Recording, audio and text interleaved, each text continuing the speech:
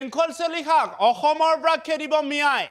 এই হুংকাৰ দিছে মিয়াৰ এজন প্ৰাক্তন বিধায়কে এই মুহূৰ্তত জনাইছো ডাঙৰ খবৰ শৃংখল চলিহাক অসমৰ পৰা খেদা হ'ব শৃংখল চলিহাক এই কথা উল্লেখ কৰিছে এজন জনপ্ৰতিনিধিয়ে প্ৰাক্তন জনপ্ৰতিনিধিজনে হুংকাৰ দিছে মিয়াই যদি জাগ্ৰত হ'বলগীয়া হয় তেতিয়াহ'লে শৃংখল চলিহা অসমৰ পৰা খেদা হ'ব শৃংখল চলিহা যেহেতুকে অসমত উজনি অসমত মিয়া সম্প্ৰদায়ক টাৰ্গেট কৰি বিশেষ মন্তব্য কৰি আছে আৰু উজনি অসম এৰিবলৈ শৃংখল চলিহাই মিয়াক হুংকাৰ দিছে তেনে সময়তে শৃংখল চলিহাক খেদা হ'ব অসমৰ পৰা এই কথা কৈছে এগৰাকী প্ৰাক্তন বিধায়কে এই মুহূৰ্তত জনাইছে এক গুৰুত্বপূৰ্ণ খবৰ এবাৰ শৃংখল চলিহা উদ্ভণ্ডালি সহ্য কৰা নহ'ব শৃংখল চলিহাক খেদা হ'ব অসমৰ পৰা এই হুংকাৰ দিছে মিয়াই যদি জাগ্ৰত হ'বলগীয়া হয় তেতিয়াহ'লে অসমত শৃংখল চলিহাৰ লগতে বীৰ লাচিত থানাৰ সদস্যসকল অসমত থাকিব নোৱাৰিব বুলি মন্তব্য কৰিছে এই মুহূৰ্তত ডাঙৰ খবৰ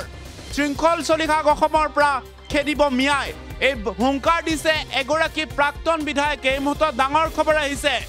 শৃংখল চলিহাক যদিহে অসমৰ মিয়াসকলে আন্দোলন কৰে তেতিয়াহ'লে অসমত থাকিব নোৱাৰিব শৃংখল চলিহাই এই মন্তব্য কৰিছে এগৰাকী প্ৰাক্তন বিধায়কে এই মুহূৰ্তত ডাঙৰ খবৰ ধুবুৰীৰ প্ৰাক্তন বিধায়ক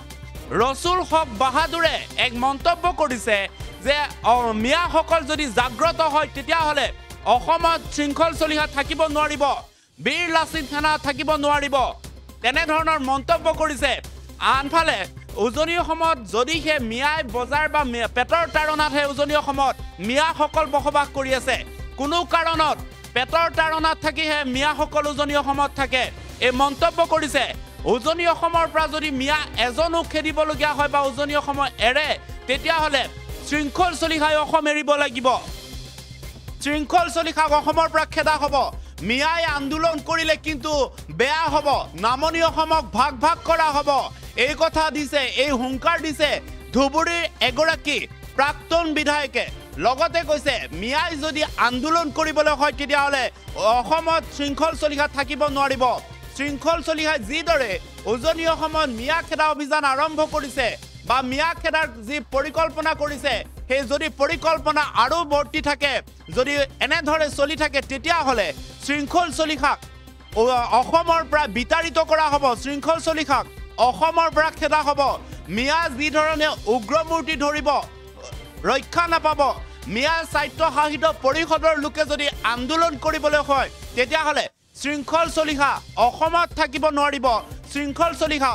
অসমৰ বাহিৰলৈ খেদি পঠিয়াব পৰা হ'ব এনেধৰণৰ মন্তব্য কৰিছে এগৰাকী বিধায়কে এই মুহূৰ্তত প্ৰাক্তন বিধায়কে মন্তব্য কৰিছে ধুবুৰীৰ এগৰাকী প্ৰাক্তন বিধায়ক ৰসুল হক বাহাদুৰে মন্তব্য কৰিছে এইবাৰ যে শৃংখল চলিহাক অসমৰ পৰা খেদা হ'ব অন্যথা শৃংখল চলিহাই যিদৰে উজনি অসমত মিয়াৰ বিৰুদ্ধে গৰজি উঠিছে উজনি অসম এৰিবলৈ এসপ্তাহৰ সময় বান্ধি দিছিলে শৃংখল চলিহাই সেই শৃংখল চলিহাৰ বিৰুদ্ধে যদি মিয়াই আন্দোলন কৰে বা ধৰ্ণা দিয়ে তেতিয়াহ'লে অসমত শৃংখল চলিহা থাকিব নোৱাৰিব বুলি মন্তব্য কৰিছে আমি প্ৰথমতে সেই মন্তব্যটো শুনাই ল'ব বিচাৰিছোঁ যিটো মন্তব্য প্ৰাক্তন বিধায়ক তথা ধুবুৰীৰ প্ৰাক্তন বিধায়ক ৰসুল হক বাহাদুৰে মন্তব্য কৰিছে সেই মন্তব্যটো শুনাই লৈছোঁ লেবাৰী কাম কৰি আছে উজনত যদি তুমি আমাৰ দুখীয়া মুছলমান ল'ৰা পেটৰ যন্ত্ৰণাত উজনত লেবাৰী কাম কৰি আছে ড্ৰেইন চাফ কৰি আছে কাম কৰি আছে সেইসকলৰ ওপৰত তুমি অত্যাচাৰ কৰি আছে তুমি বাংলাদেশী খেদা কোনো আপত্তি নাই বাংলাদেশী তুমি বাংলাদেশী মুছলমান কিয় কোৱা মিয়া মুছলমান কিয় কোৱা হা তুমি কোৱা বাংলাদেশী আমি ইয়াৰ পৰা খেদিম উজনিৰ পৰা বাংলাদেশী খেদিম আমিও নামনিৰ পৰা বাংলাদেশী খেদিম তুমি কি কৰি আছা আমাৰ জাতিটোক টাৰ্গেট কৰি আছা মুছলমানক টাৰ্গেট কৰি আছা মুছলমানৰ নাম লৈ আছা এইটো কিন্তু ঠিক হোৱা নাই তুমি কিন্তু তুমি নিজে পলাব লাগিব কিন্তু যেতিয়া মুছলমান উত্তেজনা হৈ যাব যেতিয়া আমাৰ মুছলিম সাহিত্য শাসিত পৰিষদৰ পৰা আমি আৰম্ভ কৰিম তেতিয়া কিন্তু তুমি অসম এৰি পলাবা এইটো তোমাক মই ৱাৰ্ণিং দিছো অকেই দিছো কিন্তু চলিয়া আইন শৃংখলা চলিয়া তোমাক কিন্তু মই ৱাৰ্ণিং দিছো সাৱধানে থাকিবা এনেকৈ অত্যাচাৰ নকৰিবা মুছলমানৰ ওপৰত উজনিত যদি কোনো মুছলমান দুখীয়া ৰাইজক যদি অত্যাচাৰ কৰা হয় বাৰ বাৰ কিন্তু তুমি এইবিলাক কথা কৈ আছা তেতিয়াহ'লে কথাটো কিন্তু বেছি ভাল নহ'ব নামনিত কোনো বেলেগ শুনিবলৈ পালে শৃংখল চলিহাক সাৱধানে থাকিবলৈ কৈছে শৃংখল চলিহাক সাৱধানে থাকিবলৈ কৈছে শৃংখল চলিহাই মিয়াৰ বিৰুদ্ধে কথা নকব মুছলমানক টাৰ্গেট নকৰিব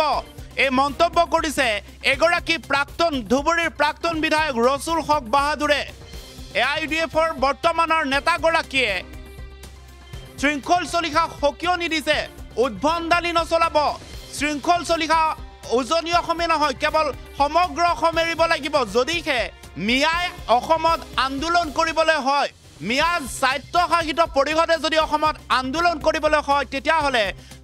উজনি অসমে নহয় সমগ্ৰ অসম এৰিব লাগিব শৃংখল চলিহা বীৰ লাচিত সেনাৰ লগতে যিসকলে মিয়াৰ বিৰুদ্ধে অসমত আন্দোলন কৰি আছে উজনি অসমত মিয়া খেদাৰ যি আন্দোলন কৰিছে সেই সকল উজনি অসমৰ লগতে সমগ্ৰ অসম এৰিব লাগিব এই মন্তব্য কৰিছে এগৰাকী প্ৰাক্তন বিধায়কে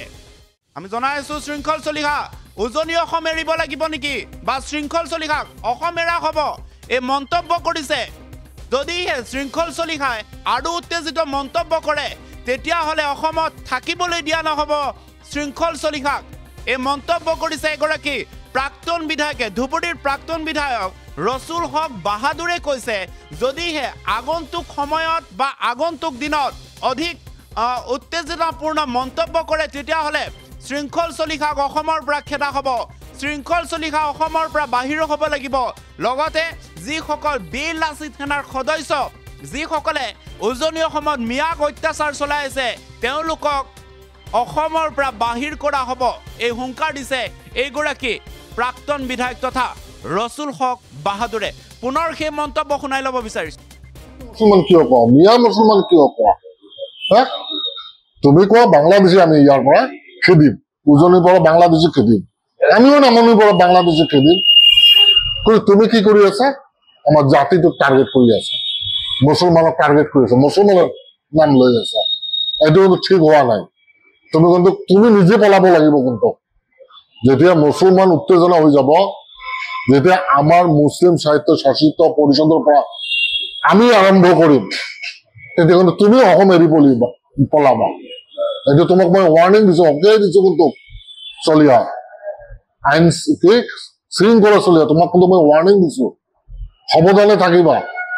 এনেকৈ অত্যাচাৰ নকৰিবা মুছলমানৰ ওপৰত উজনিত যদি কোনো মুছলমান দুখীয়া ৰাইজক যদি